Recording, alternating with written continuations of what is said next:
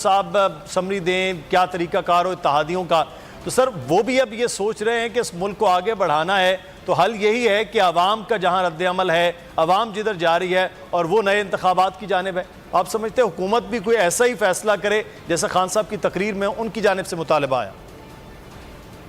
देखिए, खान साहब की जो विक्ट्री स्पीच है ना, उनके पॉलिटिकल कैरियर की सबसे बेहतरीन तकारीर में से एक थी। एक तो वो वक्त था जब 9 और 10 अप्रैल की दरमियानी रात हमने देखा। आज जो उन्होंने बोला है उनका एक शोरा आफाक जुमला, मैं कहता हूँ 2-3 तो समी भाई ने बता दिए। एक उन्होंने कहा कि दुनिया में कहीं ऐसा नहीं होता कि मुल्जिम को एक काजी बना दिया जाए। आप देखें ना कि मुल्जिम को एक काजी बनाकर आप उससे फैसले करवा रहे हैं। उन्होंने चार्जशीट रख दी, एक मरतबा फिर चार्जशीट रखी है इलेक्शन कमीशन के ऊपर।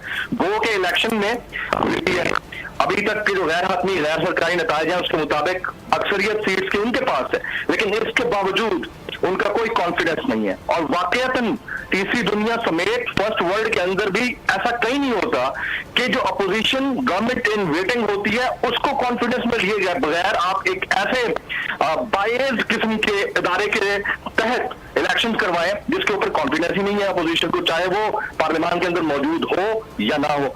और फिर अगला जो उनका जुमला था वो ये कि इस मुल्क के हालात को बेहतर करने का वाहिद रास्ता पॉलिटिकल स्टेबिलिटी है। और माजरत के साथ कौन सी पॉलिटिकल स्टेबिलिटी हमने देखी है? पिछले 15 साल को ही देख लें, आपको 74 साल में एक भी प्राइम मिनिस्टर नहीं मिला, एक भी वजीर आजम नहीं मिला जो 5 साल मुकम्मल कर सकता हो।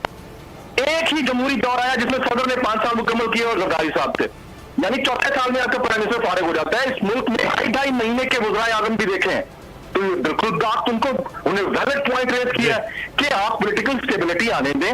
उन्होंने सहूलत कार को भी इसमें रगड़ा है, सहूलत पाने वाले को भी रगड़ा है, फैसिलिटेटर को भी रगड़ा है और फैसिलिटेशन पाने वाले को भी रगड़ा है, और चार्जशीट रख दी है इलेक्शन कमीशन के ऊपर। तो मेरे ख्याल में one of the best speech, और इसका वाहिद हल इंतखाबात है, फ्री एंड फेयर इलेक्शन।